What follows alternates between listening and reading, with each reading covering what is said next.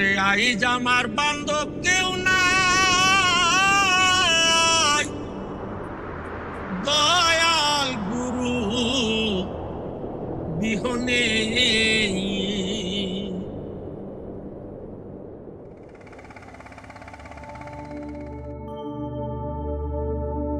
ভোলা একটা দ্বীপ, এটার চতুর্থ সাইডেই নদী, ভাঙনি এলাকা। আমরা বন্যার সাথেই বসবাস করে থাকি। ছোটখাটো বন্যা হইলেও আমাদের এখানে পানিতে তলিয়ে যায়। আমাদের ভোলার মানুষ বেশিরভাগ হইলো চাষবাসের উপরে নির্ভরশীল।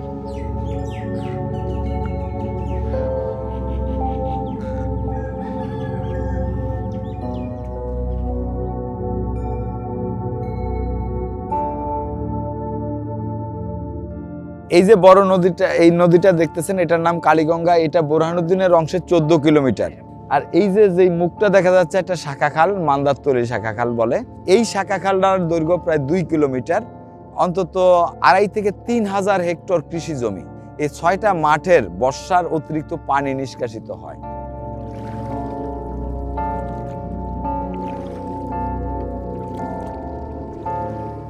ওনারা ওই যে বালু ভরাট করছে, বালু ভরাট করার পরে বর্ষায় যে বালুটা ধুয়ে খালে পড়ে, ঠিক আছে, এই কারণে পানি নিষ্কাশন ঠিকমতো হতে পারছে না। গ্যাসের যে পাইপ খনন করে পাইপ নিচে উপরের মাটিটা খালের ভিতরে ফালাইয়া খালটা সমতল করে ভরিয়া রাখছে, ঠিক আছে। এই খাল আর তারা খনন করে নাই।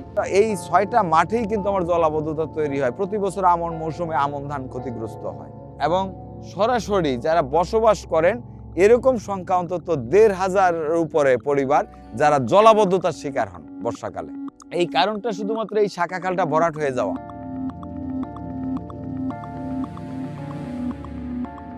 পার ফলন করণের পরে তো আমরা আর এটার মধ্যে কোনো ব্যবহারও করতে পারি না। মাছ টাছ তো নাই, হেয়া তো নাই, হেঁটে তো পারি না। অতিরিক্ত বৃষ্টি হইলে বা জোয়ার উঠলে, জল উঠলে আর জল নামে না। কি আমাকেও নাই নাথপুর জলে উঠানে আসতে পারে না। আসলে কি জলে কি লই গেল না কি, এই ভয়ে তো আমরা অনেক আতঙ্ক থাকি। মহিলাদের তো বাথরুমের কষ্টে হয়, বাথরুমও যাওয়ার মতন কোনো প্লেস নাই তো। প্রতি মাসে মায়েরা মিন্স হয়, মহিলারা মিন্স হয়। হইলে দেখা যায় যে এরা ন্যাকড়াগুলা ওই জমট জলেই ধোয়া মোছা করে। ধোয়া মোছাগুলো শুকায় শুকায়, কিন্তু এরাতে জীবাণুগুলা থাকি যায়।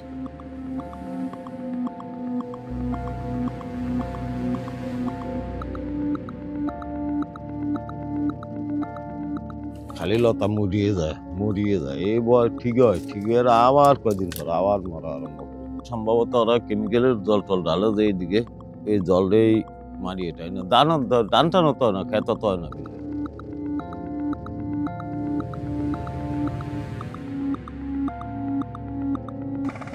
ভোলা হলো বাংলাদেশের একমাত্র দ্বীপ জেলা এবং এটা বে অফ বেঙ্গলের ঠিক মাউথের উপরে।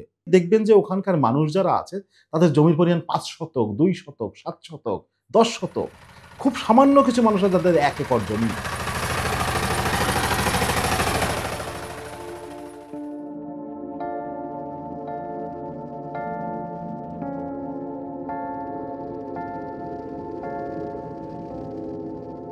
আমার বাড়ি হলো মিদ্যাবাড়ি, পরে 1-150 পরিবারের মানুষ। জায়গা জমির অর্ধেক সময় মেলাই আসিল, প্রচুর ধান হইতো, 5-600 মন ধান হইতো। আউ কইতো, বুঝছেন, কান্দারি আউ কইতো, ও টমাটো হইতো, গোলালু হইতো। আমার জীবনে তো আমি কোনোদিন চাইলেও কিনিনি। 2018 সালে AIIB এই প্রকল্পটি ফেব্রুয়ারি মাসে অনুমোদন করে। তখন মানসিকভাবে এর সাথে সংযুক্ত হয়ে যায় যে এই মানুষগুলোর জন্য কাজ করা দরকার। জায়গা জমির মূল্য আছে, জায়গা জমি আমার নাই, লয়ে গেছি গিয়া। এক নিচে নদী, এক নিচে পাওয়ার বেলা নেই। বেশিরভাগ মানুষ অ্যাকচুয়ালি এই প্রকল্প সম্পর্কে কোনো তথ্য জানেন না। প্রথম আমাকে তো বলছে যে জমিন আমাকে সরকারের জমিন নিব, বুঝছেন, আপনাকে জমিন দিতে হইব। প্রথম জয়েন বনে যে এটা পাওয়ার বেলা নিব, বহুত দালাল ফল আমাদের যে এটা দেন, এটা আপনার একটা দেড় মূল্য পাইবেন। একটা আলাদা কনসালটেন্সি ফার্ম নিয়োগ করে যারা দেখতে চায় যে স্থানীয় জনগণকে ঠিক মতো টাকা দেওয়া হয়েছে কিনা। তারা দেখতে পায় যে না, সেখানে টাকা পয়সা ঠিক মতো দেওয়া হয়নি। কোন কোম্পানি নিবে তাও আমরা জানি না। আমরা জানি যে বিপ্লব সাহেব এটা জমি অধিগ্রহণ করে নিতেছে, তার তত্ত্বাবধানে জোরপূর্বকভাবে আমিন দিয়ে জমিনগুলা মাপজোপ করে আমাদেরকে না রেখেই তারা মেজারমেন্ট করে ফেলাইছে এবং তারা 20,000 টাকা শতাংশ রেট ফিস্ট করছে। আমাদেরকে রাতের অন্ধকারে রাত 12টা-1টায় বরহানুদ্দিন এক প্রতাপশালী নেতার বাসায় নিয়ে রেজিস্ট্রি করে আনে। কতটুকু জমি আমার তাও আমাকে রেজিস্টার বলেনি। পরে আমার 2 একর 27 জমিন নিছে, 70 জমিনে টেয়ার দিয়ে আপনার 20,000 টাকা দিয়া শতাংশ, আর বাকি টাকা আমরা আজকে পাই নাই। তো আমাকে ছেলে ফেলে এটার ভিতরে চাকরিও দিই, বুঝছেন? আমার ছেলেকে নামও নিছে। বাবা যখন জমি দলিল দিছিল তখন আমাদেরকে বলছে কর্মসংস্থানের ব্যবস্থা দিবে, কিন্তু আমাদের চাষের জমিটুকু নিয়ে গেল, আমাদেরকে কর্মসংস্থানের ব্যবস্থা দিল না। আমাদের বয়সও শেষ হয়ে যাচ্ছে। না ভারি আমরা সইতাম, না ভারি আমরা কইতাম, না ভারি আমরা পরের কাজ করতাম। চোখের শর্মি ইজ্জত যাইব, থাক ফেরে বুকলিয়ে ঘর তাই। অভিযোগ বাক্সে আমরা একটা দিয়েছিলাম, দেওয়ার পরে তারা কাগজপত্র নিয়ে কি করছে না করছে সেটা হারি জানি, আমার আর তার কোনো প্রতি উত্তর দেয় না। সেটি দেওয়ার পরে এরা এই জমিন মাপছে না কি আসছে আমাকে আর কোনো পাত্তা দেয় না।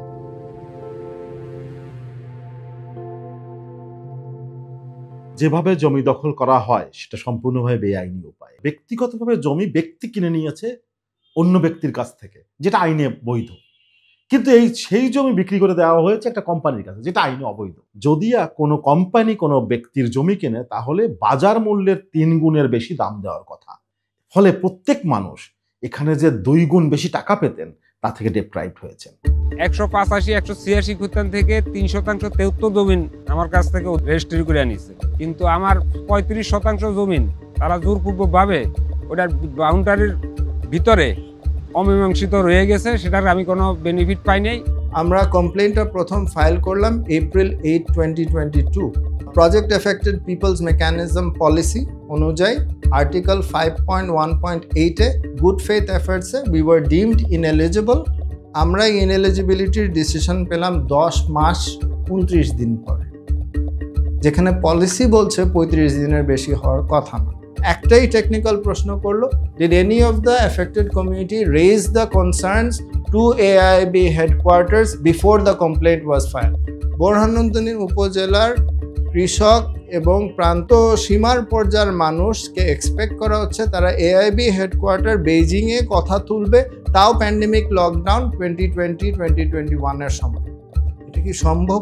AIIB যখন তদন্ত করছে এই প্রকল্পটি, তার মধ্যেই সাপুরজি পালনজি গ্রুপ, যারা মূলত প্রকল্পটি স্পন্সর ছিল, তারা এটা পাওয়ার প্ল্যান্টটা বিক্রি করে দেয় ব্রিডজিং পাওয়ারের কাছে। ব্রিডজিং পাওয়ার একটা ব্রিটিশ কোম্পানি, তাদের কাছে বিক্রি করে দেয়, এবং তাদের কাছে বিক্রি করে দেওয়ার ক্ষেত্রে বিশ্বব্যাংকের একটা শাখা সংগঠন মিগার কাছ থেকে একটা $409 মিলিয়ন গ্যারান্টি পায়, এবং সেই গ্যারান্টির আওতায় তারা বিভিন্ন ব্যাংকের কাছ থেকে ঋণ নেয়, এবং ঋণ নিয়ে এই পাওয়ার প্ল্যান্টটা কিনে নেয়।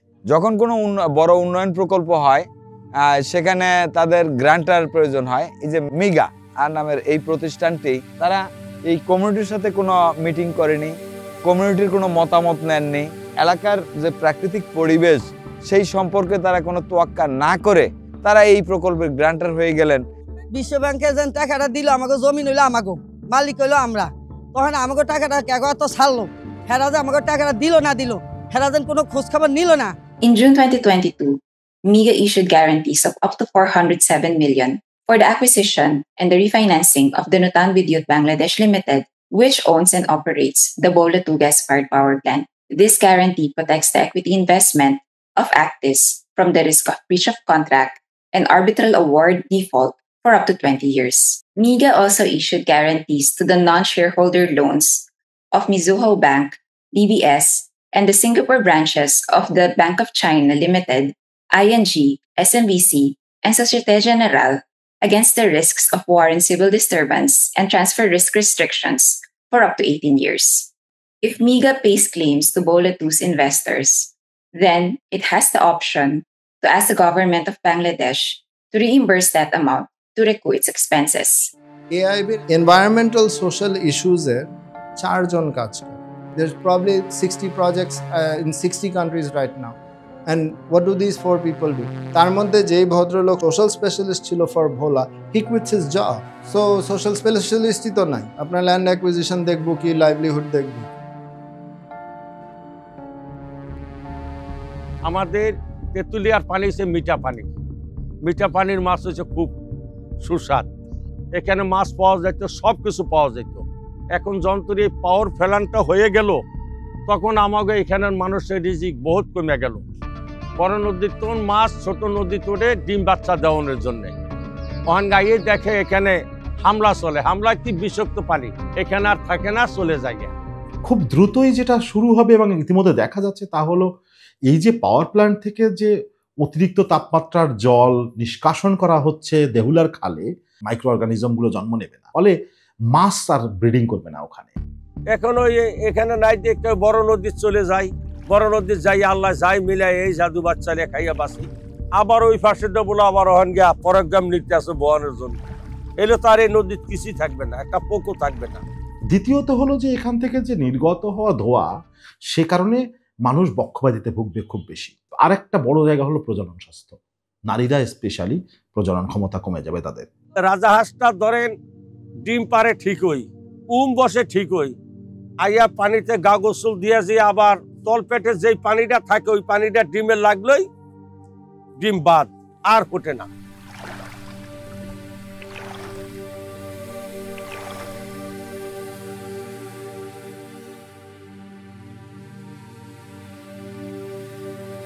এই সংকটগুলো ধীরে ধীরে বাড়তে থাকবে এবং মানুষের স্বাস্থ্য খাতে ব্যয় এবং জীবনযাত্রার ব্যয় ভীষণ পরিমাণ বেড়ে যাবে শুধু একটি পাওয়ার প্ল্যান্টের কারণে। যে ফসলের উপরে না মানুষ নির্ভরশীল, সেগুলোর উৎপাদন ক্ষমতা কমে যাওয়ার কারণে এবং একই সাথে খালে যখন মাছ নেই তখন স্থানীয় মানুষ তার জীবিকা হারাবে ব্যাপক হারে।